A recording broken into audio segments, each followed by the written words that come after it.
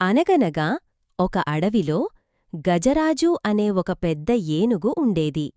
దానికి తన బలమంటే చాలా గర్వం. దారిలో ఏ జంతువు కనిపించినా తన తొండంతో పక్కకు విసిరేసేది లేదా భయపెట్టేది. ఈ అడవిలో నాకంటే శక్తివంతులు ఎవ్వరూ లేరు అని అది ఎప్పుడూ విర్రవీగుతుండేది. ఒకరోజు చిన్ను అనే ఒక చిన్న కుందేలు ఆ ఏనుగు దారికి అడ్డం వచ్చింది.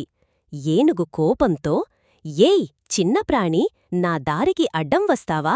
నిన్ను ఇప్పుడే నా కాళ్లతో తొక్కిపారేస్తాను అని గర్జించింది.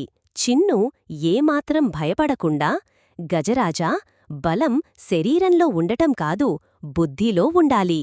నువ్వు నన్ను తొక్కగలవేమో కాని నాకంటే తెలివైనవాడివి మాత్రం కాదు అంది. ఏనుగు నవ్వి, అయితే మనమిద్దరం ఒక పందెం వేసుకుందాం.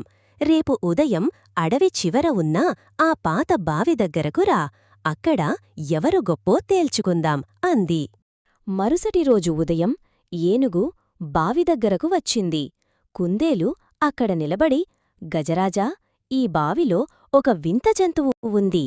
అది నిన్నే తిట్టడమే కాకుండా నీకంటే తానే బలవంతుడని చెబుతోంది అంది. అహంకారంతో ఉన్న ఏనుగు కోపంగా బావిలోకి తొంగిచూసింది. నీళ్లలో దానికి తన ప్రతిబింబం కనిపించింది. అది తన శత్రువు అనుకుని ఏనుగు గట్టిగా గర్జించింది. బావిలోనుంచి కూడా ప్రతిధ్వని అంతకంటే గట్టిగా వినిపించింది. దీంతో ఆవేశం తట్టుకోలేక ఆ శత్రువును చంపాలనే ఆతృతతో ఏనుగు బావిలోకి దూకేసింది. కాని లోపల ఎవరూ లేరు. బావి లోతుగా ఉండటంతో ఏనుగు బయటకు రాలేక ఇబ్బందిపడింది.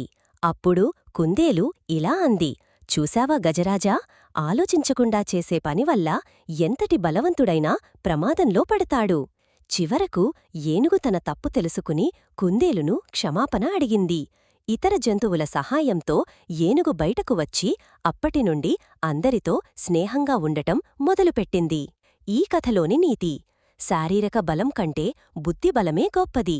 అహంకారం ఎప్పటికైనా వినాశనానికే దారితీస్తుంది.